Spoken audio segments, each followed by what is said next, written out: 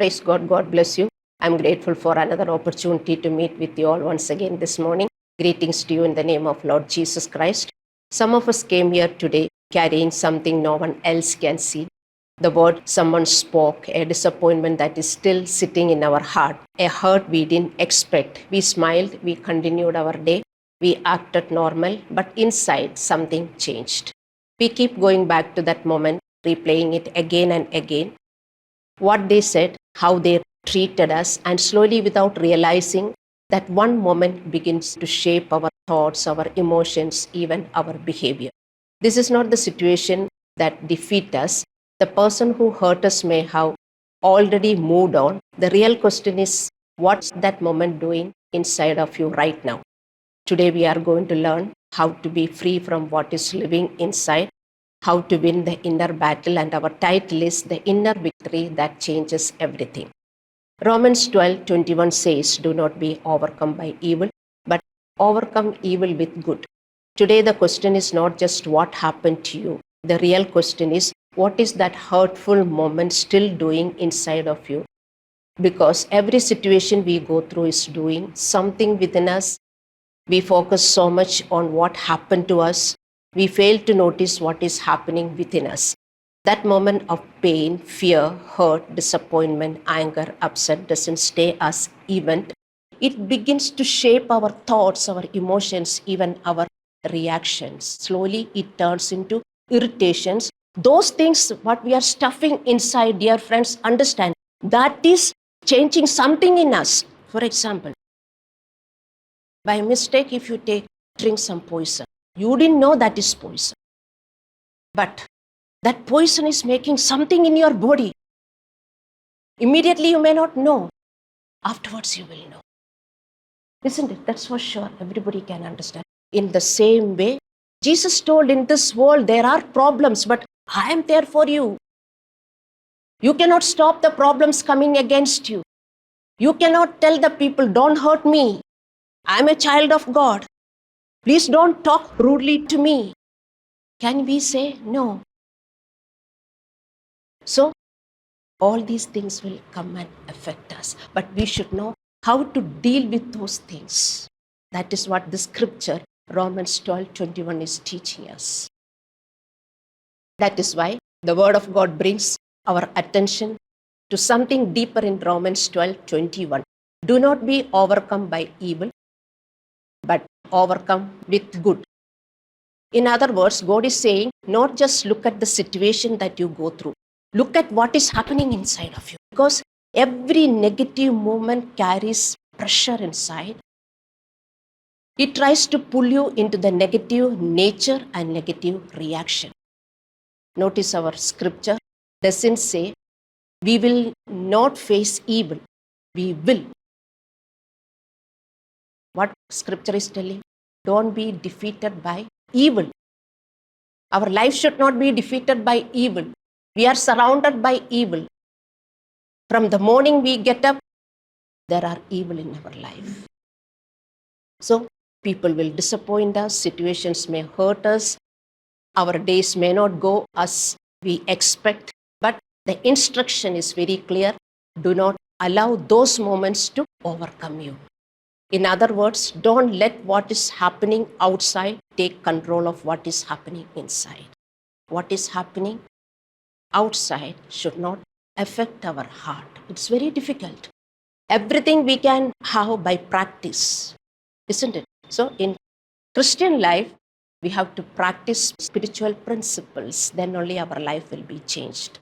As believers, we are not called to be shaped by what happens to us. We are called to respond differently, not by reacting in the flesh, but by choosing a response that reflects God. Don't be overcome by evil, but overcome evil with good. What it means to be overcome by evil. Many people think that being overcome by evil means committing some big sin. But God is teaching us through Paul something much deeper and more subtle. Evil doesn't first conquer us outwardly, but it wins inwardly. When someone hurts us and we hold on to bitterness, evil has already started working in us.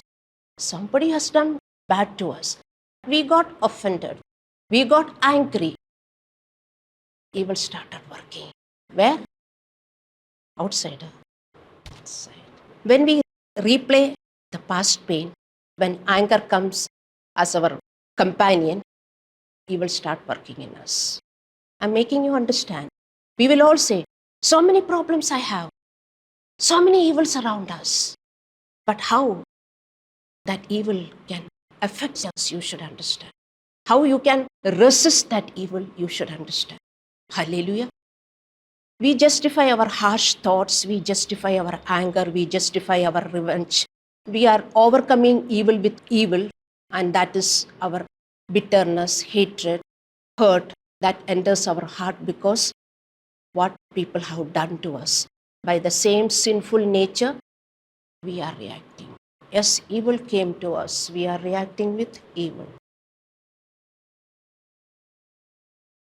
Don't be overcome by evil. Sometimes we think, I don't do wrong. I told just right. We are always right when we talk. I just spoke to them. I'm right. I have to tell them.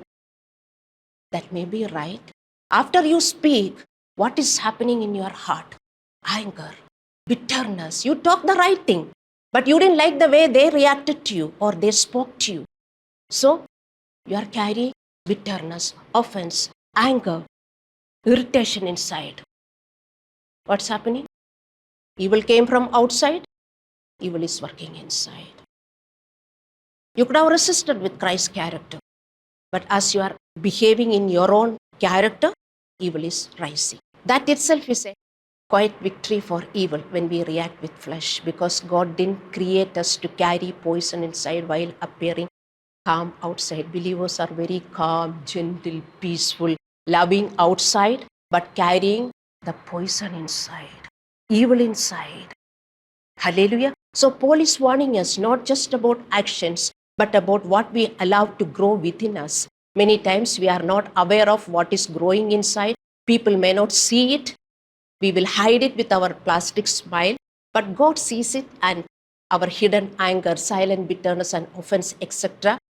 and unhealed hurt are not small things before God. And they are not small things for us also.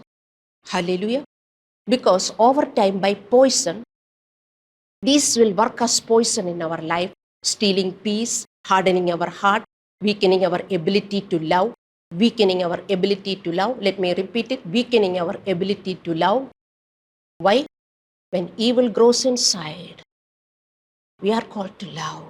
We received forgiveness. Jesus told, I forgive your sins. Go and love like how I love. Can we love people like how Jesus is loving us? Why? Because this evil is growing inside. This poison is growing inside. This evil will work as poison. So we won't be able to love. We respond with pride. There is distance, hostility towards others. What is hidden in our heart doesn't stay hidden. It is hidden.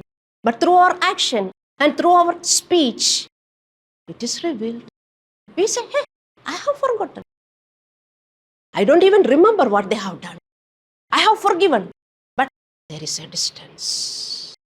We can't love like how we have loved before. Believers think this is the reason the love of the believers is diminishing.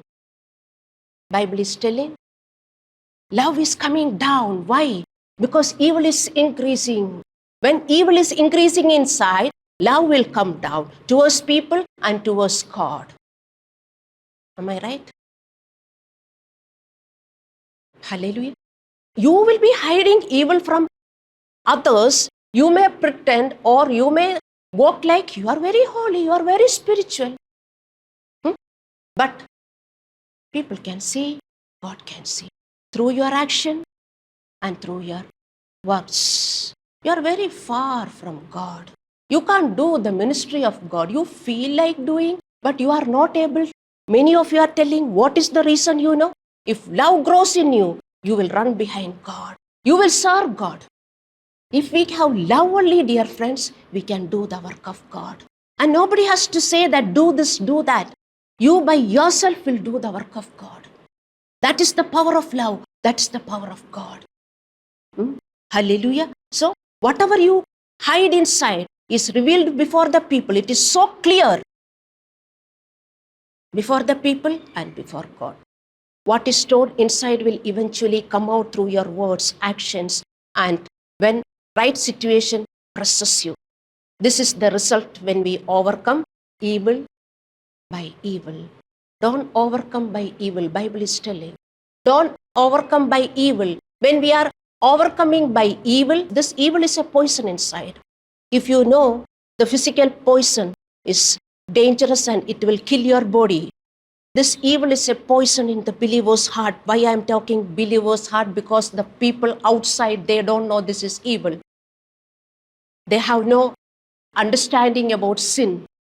God has opened our spiritual eyes, ears, and heart to understand about our sins. So we know what is evil. So when evil is growing inside, dear friends, understand it will work like poison. What happens? If poison is affecting our body, we will die. Won't we? The same way. Evil is increasing inside. Spiritually, we all will die, dear friends. We have no life. We may be praising God, praying, going to church, but no life. Bible says we should be like well-fed calves all the time. So this is what happens when we overcome by evil. Now, the contrast. The second part of our scripture is overcome evil with good. This is not our natural response. We can't overcome evil with good. That we have to learn and practice. This is not our natural response. It is our spiritual decision and our effort. And let me tell you, it is our hard work. Good here doesn't mean weakness. It doesn't mean ignoring pain either. It means choosing God's way in the middle of the real situation, not just hurt, but in every area of evil that settles in our heart. Sometimes evil comes through pride. Sometimes you feel you are right and you will not humble yourself. Sometimes evil comes through jealousy. Sometimes you compare and become uncomfortable with others' progress. That is jealousy. Sometimes it comes through many other ways. You know, I don't have to explain, but still for your understanding, I have explained all this. Through temptations, when wrong fleshly desires and cravings are entertained again and again, evil is increasing inside. But all these moments of evil, how do we do good? Good is conscious spiritual response and our choice. That means when hurt comes and you choose forgiveness instead of bitterness and anger, you are doing good. Yes, somebody has done bad to you. You cannot forgive them, but you know that you are a child of God. You have to forgive. That moment you are forgiving, what happens? Bitterness will go away. The evil will not settle inside. Poison will not settle inside. Even after you forgive, the hurt still will be there.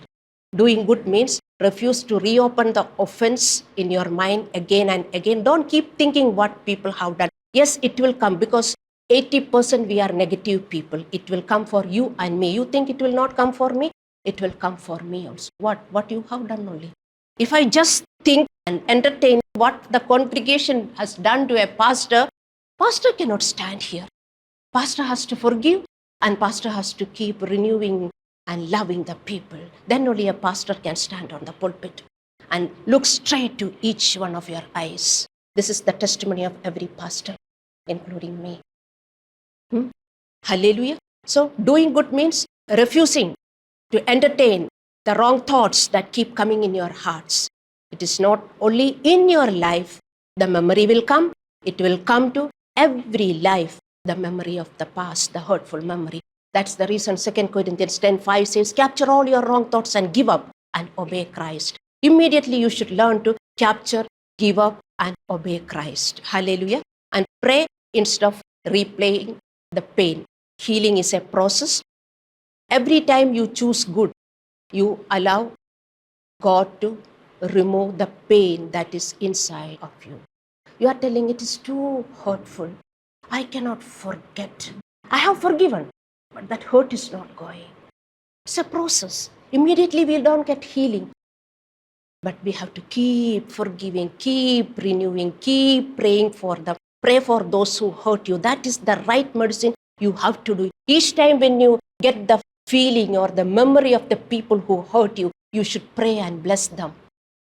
lovingly. Hallelujah. That is how you get the inner healing. Every time you choose good, you are allowing God to slowly remove the pain that is still inside. Choosing good here is at the time of your hurt, removing your negative thoughts and responding with faith. When pride rises and you choose humility, that is doing good. Your character will rise every time. Immediately you should say, no, I should not behave like that. So we should consciously walk every day. Hallelujah. So overcoming evil with good is not about pretending nothing happened and allowing the peaceless thoughts to run in our heart. It is about refusing to let anything that is hurt, pride, jealousy, offense shape your inner life more than God's word. Our heart should be filled with the word of God. Word of God is in one side, our character is in one side. That is not Christian life. You may be knowing all the scriptures, that is your head knowledge. That should be in your heart to lead you. Hallelujah. Because the greatest danger is not what someone has told you and someone has done to you, but what it produces within you. Hallelujah. Remember, if someone's pride makes you proud, if someone's harshness makes you harsh, if someone's anger makes you angry, evil is increasing inside. You are accumulating more poison inside. For what? You may be accumulating to kill someone, but that is killing you. You have so much of revenge towards others, you want to kill that person. But you are not able to understand, you are killing yourself. Believers, all this spiritual knowledge you should have because God has opened our spiritual eyes, ears, and heart to understand this truth. If you are not understanding this truth, who will understand this truth and live? Tell me. Hallelujah. But when good comes out of you in the same situation, the cycle is broken. Now, why did God give this instruction? You may be thinking, how can we ever live such a life? Because God knows something about human heart. Whatever we consistently respond to, we slowly become like. Whatever we consistently look at, think about, and respond to, we slowly become like. Proverbs 23:7 says, he is like one who is inwardly calculating. And Galatians 6:7 says, whatever one sows, he will also reap. See, what you keep thinking, you will become. You think bad about someone, you will be angry, bitter. You can't even walk. You will be sitting with heaviness, isn't it?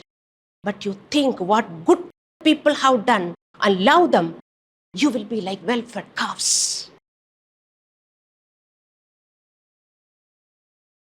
Why we don't have any smile on our faces? Why we are still carrying the heavy load? Jesus told those who are carrying heavy load, come, I will give you rest. At the same time, he told, come and learn from me. I am meek in my heart. That means we too should be meek and humble. Pride will not let others go. Pride will carry all the sins of other people and store them. But that is damaging you. We are not able to understand. Dear friends, as children of God, you should understand and live wisely and live a blessed life. Hallelujah. So, if we keep reacting to negativity with negativity, negativity will begin to form inside. For example, if a person keeps responding to hurt with offense, repaying what someone said, justifying anger, slowly they become bitter. If someone constantly responds to situations with why this is happening to me, nothing is going to change. I always have problems. That slowly discourage that person and he will be hopeless. If someone keeps consuming content filled with lust in the TV or mobile or wherever, he will be a lustful person. He will be proud. He will be violent. It begins to shape your desire, isn't it? Am I not telling? Right? This is our human nature. Whatever we keep repeating, that will be our nature. Whatever we keep repeating, whatever we keep thinking, that will be our nature. Dear friends, you have to study the word, meditate and keep thinking. You will be like Jesus Christ. Many people will think, how I can be like Jesus Christ? Bible is telling, be holy like the Father in heaven is holy. You are like Jesus in this world. These scriptures are for whom? For the angels in heaven? Tell me, it's for us. What you keep thinking, what you keep thinking, what you keep behaving, you will become like that. Today you think what you are thinking all the time. Anything about the word of God?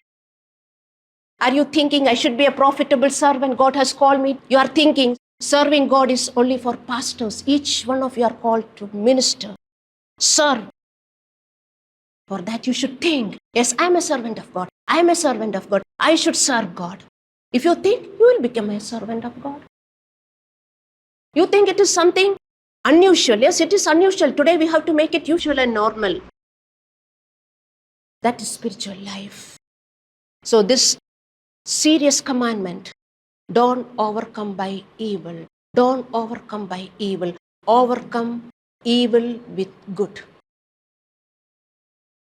This should be our survival principle for our heart, mind, and relationships, because evil doesn't stop by its own.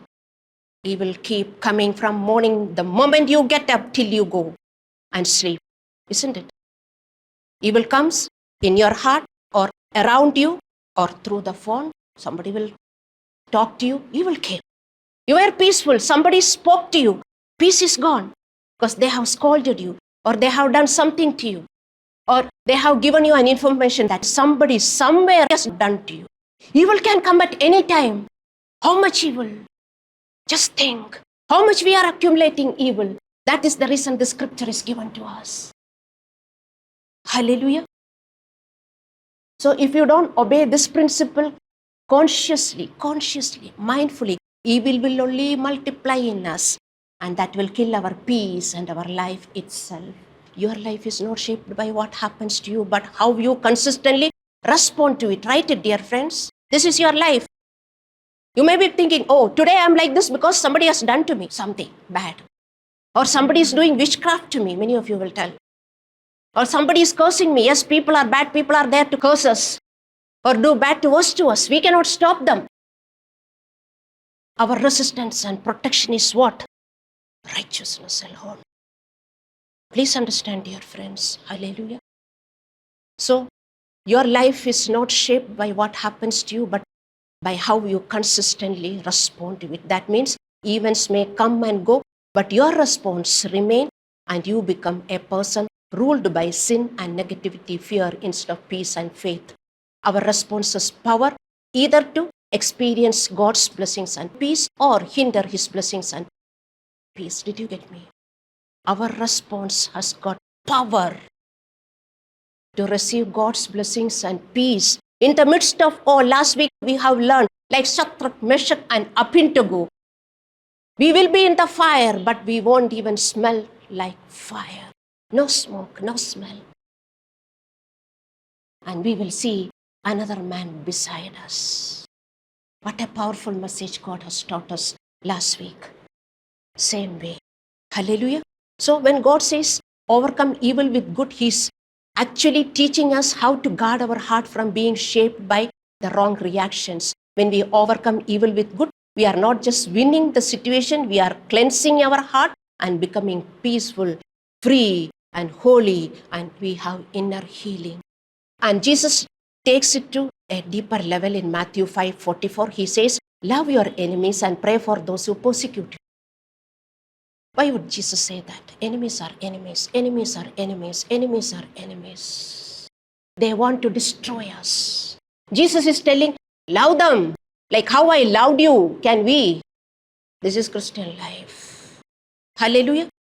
Because when you love and pray lovingly for someone who hurt you, your heart cannot remain in the same condition. Your heart is so hard. You cannot love the people. You cannot forgive the people because Jesus said, I have to love and forgive. You are doing it and you are praying for them. What happens? Your heart starts melting. The heart is becoming softer and softer. This is how our heart changes. Hallelujah. So, such prayer and such attitude soften what pain tried to harden. But if you are keep thinking of what they have done and if unforgiveness is growing, your heart will harden. So, this is not just a commandment, it's a principle for our inner healing and peaceful life. Jesus told, I am the healer. How does he heal? This is how. Did you get me? That is the reason I will always tell all those who are coming to Christ's way, church should be a testimony. You should not be admitted in the hospital. Live this life. When inner healing happens, we will have outer healing also. Now, at this point, many believers struggle in two ways. I want to explain that. Some feel that this is too difficult. When I am talking to you also, you may be thinking, oh, she can preach like this, who can obey? Many people will think. Some feel this is too difficult to live. Honestly, they are right. And if you try to do in your own strength, it is impossible. But God never asked us to do alone. Philippians 2:13 says, it is God who works in you to will and to act according to his pleasure. If you are a child of God, every child of God, hello, I am talking to children of God. Understand, God is working in you. If you know Holy Spirit is living in you, God is working in you. You may not be knowing that. It is up to you whether to receive it or reject. That means you are not producing goodness by yourself. You are cooperating with God himself who is working already in you. So when it feels difficult, pray, Lord. You may be finding it very difficult to obey certain things. You should tell, Lord, I'm not able to do that. Please help me. You get strength. You can do. Because God is working in us. When God is working in us, we can just cooperate with him. We get the strength. Hallelujah. So keep reminding yourself, God is already working in me. I will act upon it. I can do. For that you need to have a desire. And God is working in us to do good. It is not our choice to ignore. Over time, these small choices train your heart to cooperate with God naturally. So this is how we are training. Jesus also told, you are carrying heavy load, but come and learn from me. So when we are learning from him, when we are practicing, 1 John 3:7 says, those who practice righteousness are called righteous. Those who practice, not the people who just asking forgiveness are righteous. Bible is not talking. Those who practice, you have to practice righteousness. Otherwise, again, your heart is heavy. You will live without peace, isn't it? So, but if we say this is difficult and stop there, we may be ignoring the God who is working in our heart. Then there is another group. So, one group says, this is very difficult. And another group who feel, I'm talking about the believers, this is not necessary. Yes, these are the scriptures. It is your choice. If you want, you can obey. Christ has already made us holy. We are holy people. We are called saints. Just asking forgiveness is enough. We may even feel that practicing those scriptures daily is not that important. Praying is enough. Go to church, pray, read the scripture, and pronounce the scripture. Talk, big talk, that's enough. Many people will think, but prayer without obedience becomes incomplete. Dear friends, understand. Christ has made us holy, but we should walk in holiness. Somebody will come to hit you. You hit him back and say, sorry. Worldly people also will do. You should not hit him back. Somebody will come and scold you, talk to you bad to us. You are also talking the same thing and say, sorry. That is the life God has asked us to live. That is how worldly people also will live. Isn't it? So prayer without obedience becomes incomplete. Christ has made us holy, yes, but we have to actively walk in holiness. That will transform us and our daily response will change. Hebrews 12:14 says, pursue holiness. 1 Peter 1:15 says, be holy in all your conduct. 2 Corinthians 7:1 says, let's cleanse ourselves from every defilement of the body and spirit, bringing holiness into completion in the fear of God. If we keep falling and asking God forgiveness, that is fear of God? Tell me, dear friends. Or before you react, you exercise self-control because of the fear of God, which is right, you only think. So those who consider obedience is difficult will never enjoy Christ's peace. Holiness is not just something we receive, It is something we walk daily. Grace is not permission to remain the same. We have received grace. Grace is an unmerited power we have received to do what we cannot do. That is grace. Grace is the power to change. So you cannot control what comes to you, but you can decide what stays inside of you. This is the message. Evil will come to you, but you can decide whether evil has to stay in you. Evil will come from outside. You have to decide whether evil should destroy you. Hallelujah. But if you are not careful, you may be standing in the church, worshiping inwardly, but outwardly being overcome by evil that God has warned you. So keep thinking about today's message and please practice it. Let's close our eyes and prayers.